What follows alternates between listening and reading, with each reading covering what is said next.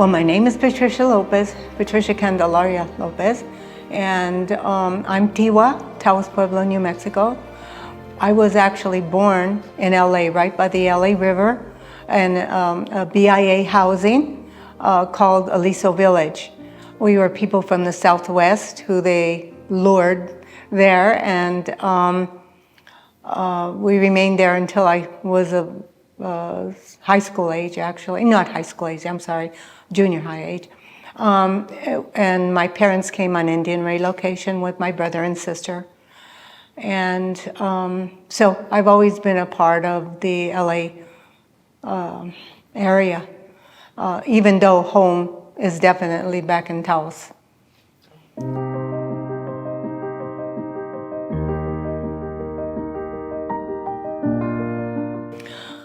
I would say that was when I first started nursing school.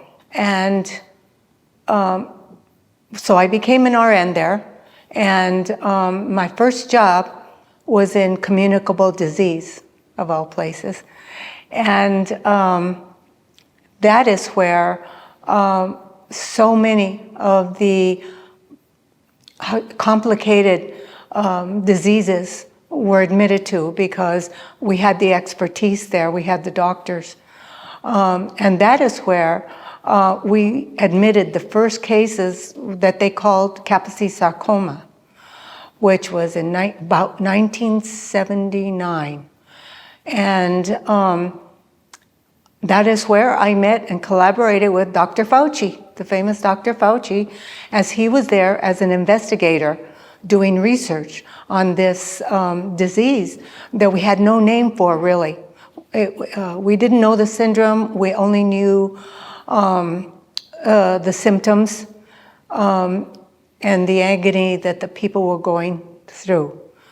And they were, I would say, 90% male homosexual men, gay men, although we did have some women at that time. So they had what they call at LA County USC General Hospital grand rounds. We had grand rounds once a week where cases would be discussed by the professional staff and the nursing staff. And so we were, I don't know, it must have been several years of going through these meetings where the doctors are finally able to put together what was occurring. You know, it was a big unknown. Where did it come from? How do we combat it? How do we prevent it? All those things were being discussed way back in the day.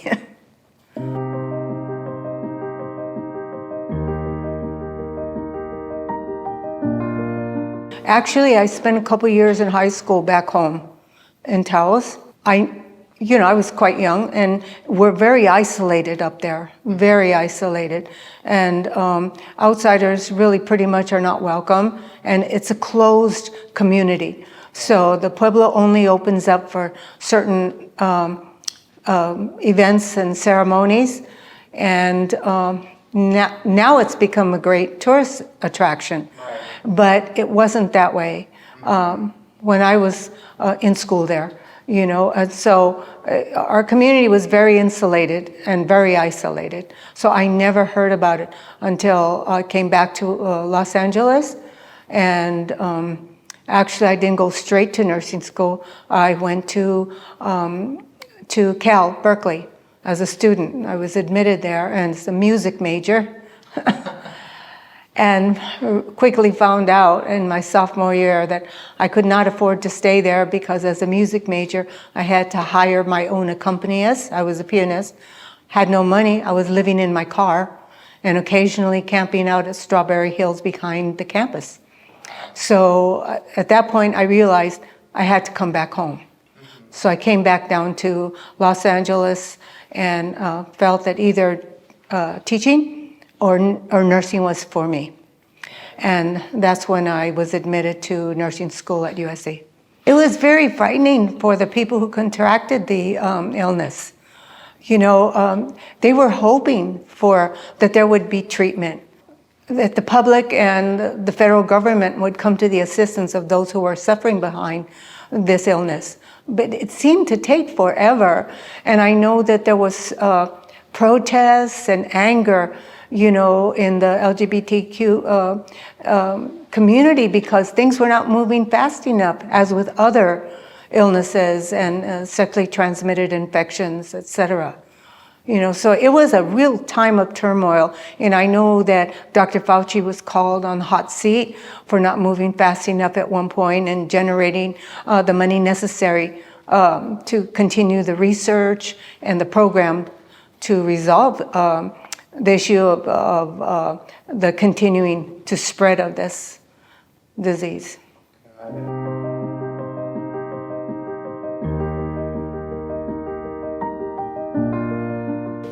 Well, I would say that it's better, but not nearly to the level where it should be at all. There is still a lot of homophobia. We see it all the time, and it seems to be growing at this point in our history here in the United States. And on the reservations, I would say, and I know people in many of the reservations back home, I think Indian Health Service clinics being there have helped by bringing it to the forefront and showing what should be done. Now, does it happen, as a continuum with all people? I don't believe so, no. If you have a relative or a friend, any relation, who tests positive or comes for HIV, AIDS, and comes down with the AIDS, then you're more attuned to the changes that are needed, But that's mostly, I think, with your loved ones and your circle of family and friends. To this day, I believe that's the case. I know I see it in the setting that I worked at as a clinician at UAII, where, the ones, my women who would come in and ask to be tested for all STIs, what they wanted was like a clearance to either continue a relationship or start a relationship. And even though we were not licensed to see OB patients, there were a number of women who would come in and just want to be counseled. And so especially when PrEP and PEP came in, they wanted to know if it was safe for them to take the medication, if they tested positive or were showing symptoms. And yes, indeed, it's totally safe for them and recommended. And to the infants, up to, I think it's, I could be wrong, don't quote me on this, but either 6 weeks or 2 months, I was thinking that was the recommendation. So, but I have to say, in the hetero community, I think that so much more discussion and teaching has to be done. Because those who are affected most are the queer, populations. And so they have a much more vested interest in it. Learning about it, preventing it, living with it, being treated.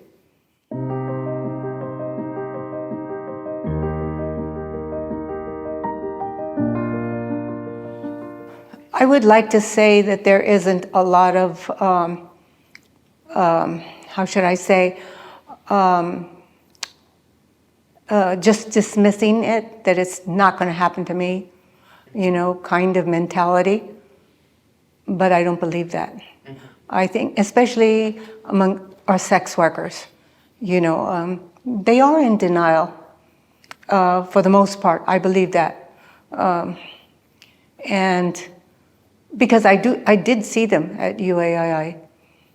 And yes, after some discussion, they were amenable to being tested for everything, but not 100%. You know, I think their biggest concern was Hep C and the use of injectable drugs on the street, and but also of concern was the sexual violence committed on them out there.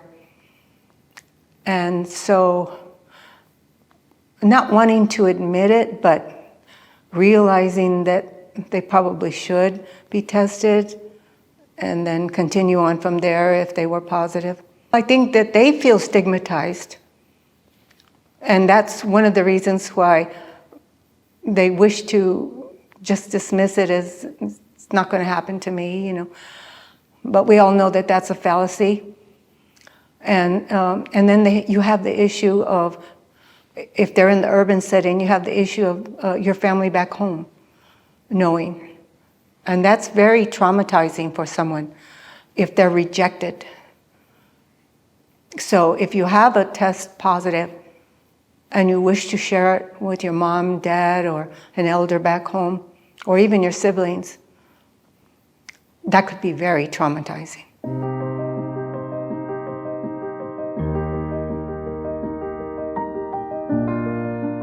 I do, up until last week.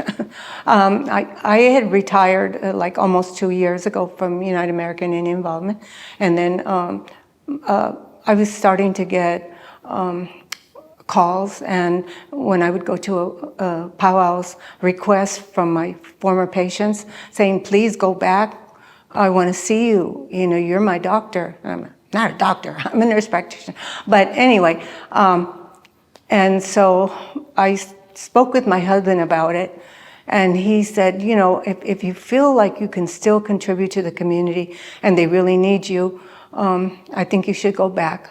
And so I did. But anytime I meet a community member who wants to talk about it, you know, and see where, I can see where they are at, you know, with their concern, because they wouldn't want to talk about it if it wasn't affecting them personally or a loved one, you know, maybe a child even, a young teenager. And so I open up. This is a subject that I do not hold back on. This is something very near and dear to me, you know, and I never held back with my daughter or my son either. When she started high school, I placed a large box of condoms in her dresser. And I said, that's for you. She looked at me, what? You know, and I said, you don't have to tell me anything if you don't want. But this is for you. And the same with my son. So I don't suffer under the delusion that people don't have sex or have unprotected sex. You know, that's not one of the things that, you know, I don't believe in. You know, people do, and they will find themselves in situations that are very dangerous to them. You know, and they need the right tools. They need the right information. They need access to PrEP and PAP. They need it. And I don't find that readily available in the LA County community, except for those who are in the queer community. And that troubles me greatly.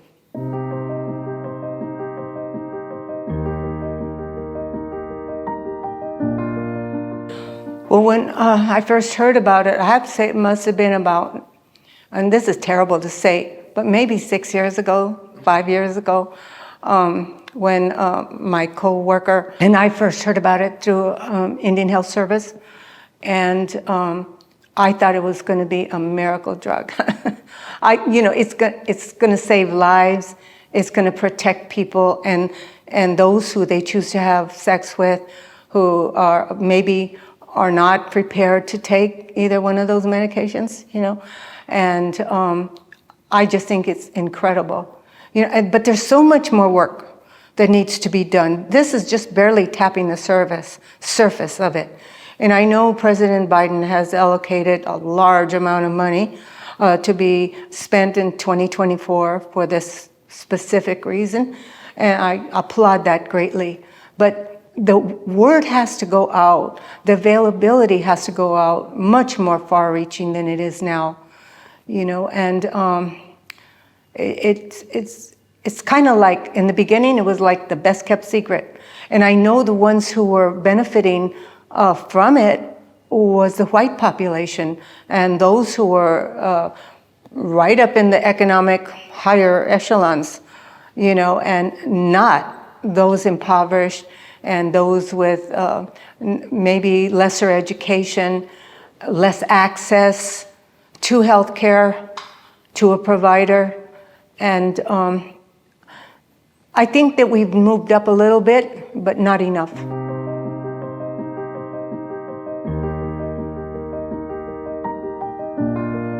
I don't hear that it's not accessible. I hear a reluctance. I hear some clinicians saying, well, maybe you ought to go to an HIV/AIDS specialist. I think that's totally wrong, But there is a reluctance because I believe there's a lot of lack of education. I don't even remember the last time my coworker, Dr. Blackwater, and I went to a seminar on updating on medications, treatment regimens for HIV/AIDS. I don't remember. Had to have been about 10 years ago. We don't have those. I looked at my old programs from Association of American Indian Physicians conferences that I attend, not as a physician, but grandfathered in as a clinician, nurse practitioner. There is no mention of updates or treatment plans or grant money or programs coming in since 2018. And I'm like, wait a minute, this is Association of American Indian Physicians. We should be really on top of this since it affects our communities, both urban and on the reservations. And we know that the numbers are going way up. And medications, for instance, we have a crisis in LA County of not being able to attain penicillin. And that during the gonorrhea, really high influx of gonorrhea in the community here. So we have that additional barrier too.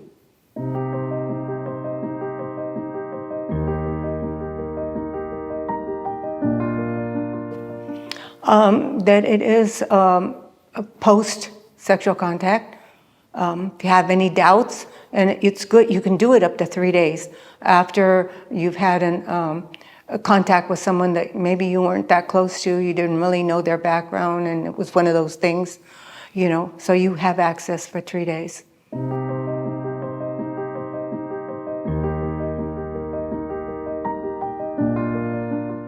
Well, sometimes our clients will shop around.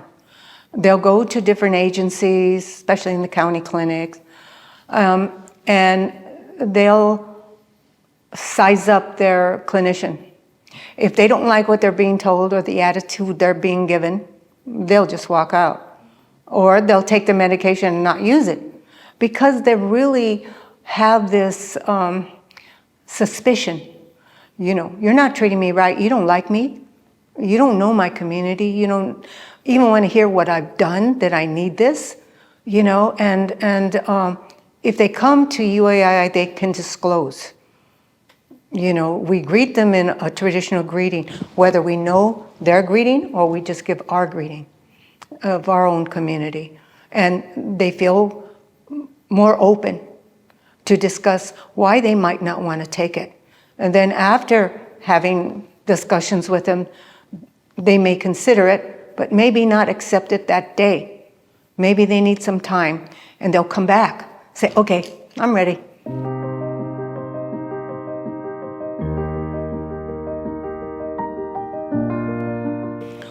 Well, I think in our cultural way, in our spiritual way, we believe in giving all preference and all respect to our elders. So if we can discuss these things openly with our elders and talk about it in real terms, for instance, your grandchild or your child may be affected by this. Wouldn't you want them to have access to these medications that could be life-saving, and put it in those real personal terms. Let the elders speak to the young ones. That's the way we do things. And if you don't have acceptance from your community back home, we do have different programs here that they could go to and talk about these things. But I think what's really most important is the education part. Just, this is why you need this medication. This is why your grandchild needs this medication. Let's save lives,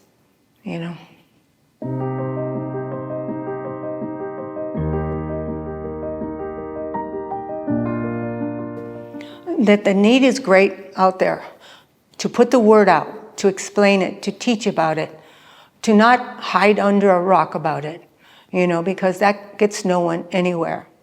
If we are hopeful that using these medications is really advantageous to our loved ones, then we have to act like it, and we have to put it out there, and we can't be ashamed to talk about it.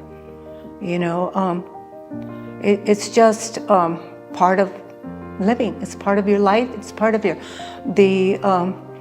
direction you wish to go as a sexual being. And that has to be respected. And it has to come from the top down, the elders down. I really believe that.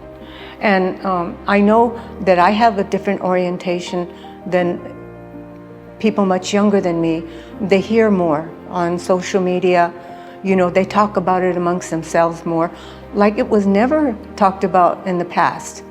And I'm not talking about in the dark ages, I'm talking about 10 years ago even, but now you see the ads on TV, you see the couples, the loving couples, those who enjoy partying with each other and making, socializing, not necessarily in real committed relationships, but they can enjoy their life as well, but they can protect themselves. So let's make it available without the stigma.